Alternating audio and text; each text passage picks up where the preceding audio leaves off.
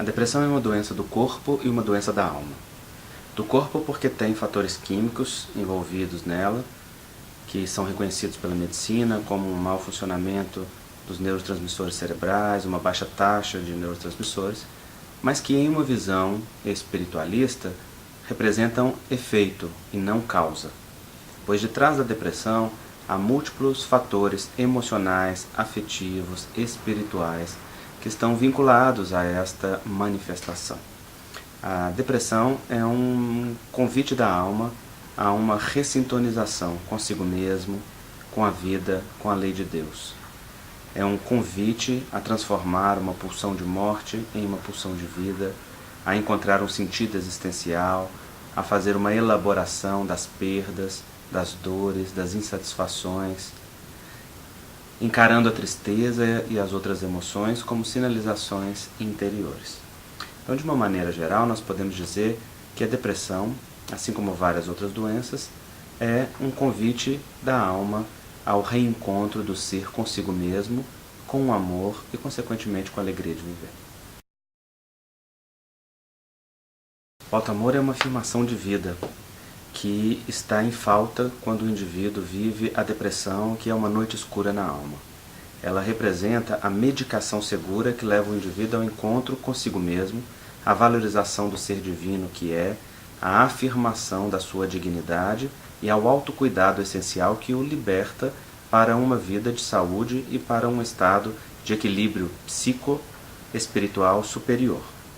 O auto-amor é aquele movimento que leva o indivíduo a um mergulho interior para amar em si tudo aquilo que está ainda inconcluso, em trabalho, em resolução, assim como para despertar as potencialidades da alma que estão adormecidas a serviço do reequilíbrio e do reencontro com a vida. Quando o indivíduo se guia pelo auto-amor e mergulha neste movimento de afirmação do belo e do bem para si, dentro do auto-perdão, dentro da ternura e da compaixão para consigo mesmo, aliados à firmeza dentro do processo da transformação, caminha para uma autossuperação e para um movimento de reconstrução interior muito efetivos, que dentro da situação da depressão representa um processo de tratamento muito eficaz e muito útil. Nós conquistamos o auto-amor na medida em que cessamos dentro de nós as vozes negativas que afirmam a indignidade e o desvalor pessoal, sejam elas as crenças familiares, sociais, religiosas, ou sejam as consequências naturais do passado espiritual que em nós se apresentam hoje como culpa, como remorso, transformando-as em arrependimento sincero e compromisso com a reparação. Então, o auto-amor, ele vai sendo construído pouco a pouco à medida que o ser passa a valorizar-se como um filho de Deus, digno de afeto, não porque mereça, mas porque existe, porque é oriundo da fonte que é o amor de Deus e para ela caminha e nela está mergulhado e, portanto,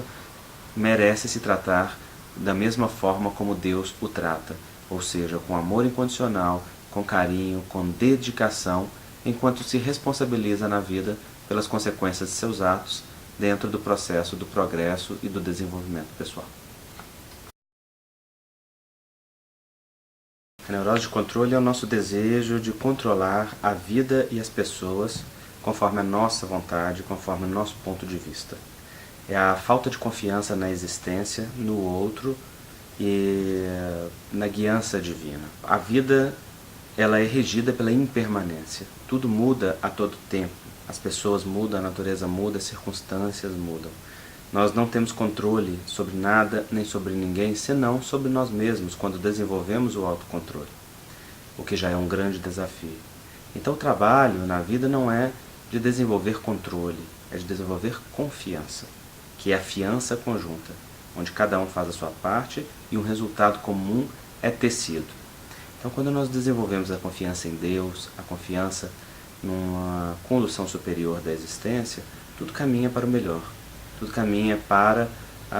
despertar em nós os valores sagrados do Espírito e também para nos sintonizar com o melhor do outro. Mas quando tentamos controlar, geramos violência, invasão,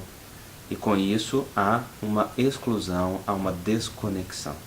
Não nos leva aos fins objetivados. O trabalho e a grande medicação, neste caso, é abrir mão do controle para estabelecer na alma o desenvolvimento da fé e da confiança.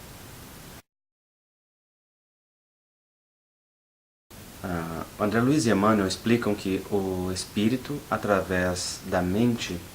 gera ondas e correntes de pensamento, de bem ou de mal,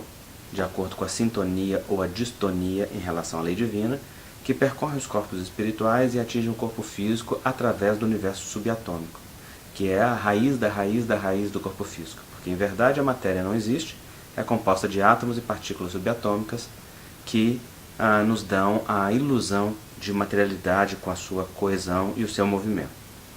Então o universo subatômico é a porção mais profunda em conexão com as outras dimensões onde os corpos espirituais se estruturam. Se o pensamento e o sentimento, criando correntes, atuam aí, significa que eles controlam as substâncias da célula e com isso controlam o funcionamento celular. Hoje, a medicina e a biologia, através da epigenética, estudam os complexos mecanismos moleculares que controlam a expressão dos genes. Então nos explicam isso que o Espiritismo nos está dizendo, ou seja, nos mostra que as moléculas são essas, ou seja, que substâncias que dentro da célula alteram a expressão dos genes.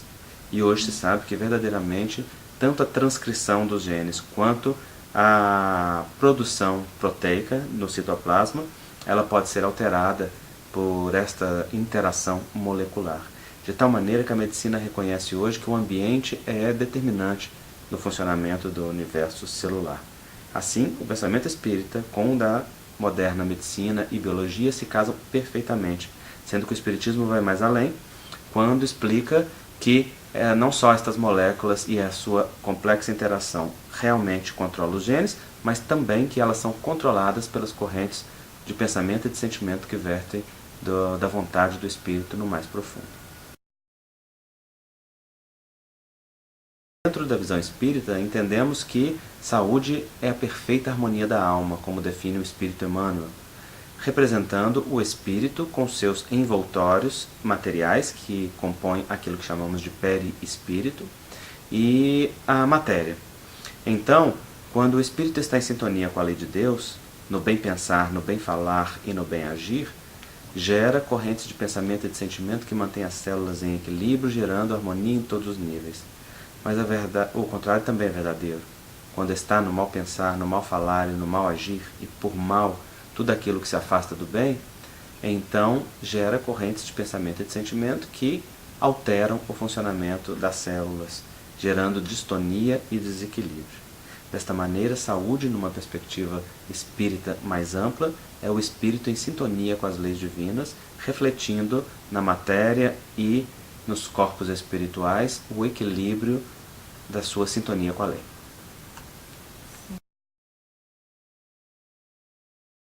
A bioenergia ou a fluidoterapia, ela pode tratar o ser nos níveis energéticos, ou seja, tratar o corpo espiritual,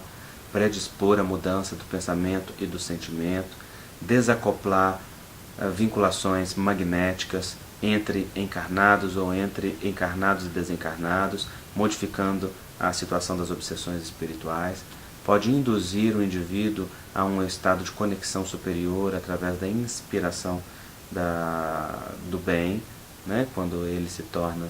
então livre das conexões inferiores, e pode ajudar ao equilíbrio celular, porque o equilíbrio dos corpos energéticos e espirituais ele se reflete no equilíbrio do corpo físico, já que tudo que acontece nos corpos espirituais se transmite para o físico. Então a fluidoterapia é um potente auxiliar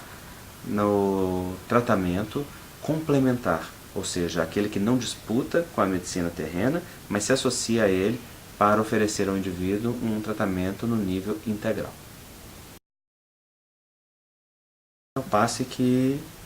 promova no indivíduo o reequilíbrio energético e o estimule no autoconhecimento e na autossuperação. A cura da depressão não se dá apenas com o magnetismo, mas com o autoconhecimento e com o contato com as questões psicológicas e espirituais que estão por detrás das manifestações físicas. Então, certamente, há técnicas e possibilidades terapêuticas que ajudam o ser no seu reequilíbrio energético, mas reconhecemos, junto com o espírito André Luiz, que somente o enfermo transformado em médico de si mesmo alcança a cura positiva. A cura não é patrimônio de técnicas, é patrimônio de uma transformação e de uma renovação interior, que leva sempre a uma ampliação de consciência. Se a pessoa tem depressão leve, ela pode talvez permanecer sem medicação, buscando o autoconhecimento, a psicoterapia, não é? Mas se ela tem depressão moderada grave, é necessária a medicação, que a ajude a reequilibrar-se no nível orgânico enquanto se reabilita no nível psicológico e espiritual. O trabalho no bem representa sempre uma excelente medicação para a alma, porque promove a semeadura de bênçãos que retornam para o indivíduo como elementos curativos. Afinal de contas, o amparo ao próximo gera amparo a cada um de nós. Mas, para que haja uma cura definitiva, há que ter também o aprofundamento no autoconhecimento e na autotransformação, o que é sempre decisão do espírito dentro da vida. A cura, segundo o Evangelho de Jesus, é uma entrega a Deus e uma conexão com o Pai em si. Jesus foi o mestre do amor que nos mostrou que todos nós somos filhos de Deus, criados no amor, pelo amor e para o amor, e que nos convidou a integrar-nos com o Pai, reconhecendo que Ele está em nós e em cada criatura, e então levando-nos a desenvolver o alto amor, que valorize o Filho de Deus que somos, e a respeitar e valorizar o Filho de Deus que cada ser é, interagindo então de espírito para espírito, de coração para coração, com afeto, com sensibilidade, com ternura, com brandura, com doçura, vendo na dor do outro a sua própria dor, vendo na vida do outro a sua própria vida, vendo nas experiências da vida a oportunidade de amar e de servir. Quando a alma se abre, então, para esta entrega ao Pai, abrindo mão da rebeldia, da desconexão, da neurose de controle, de todos esses movimentos que nos afastam da sintonia com Deus, então caminha para a cura mais profunda, que é a cura do espírito, que representa sempre a reconexão com o Criador.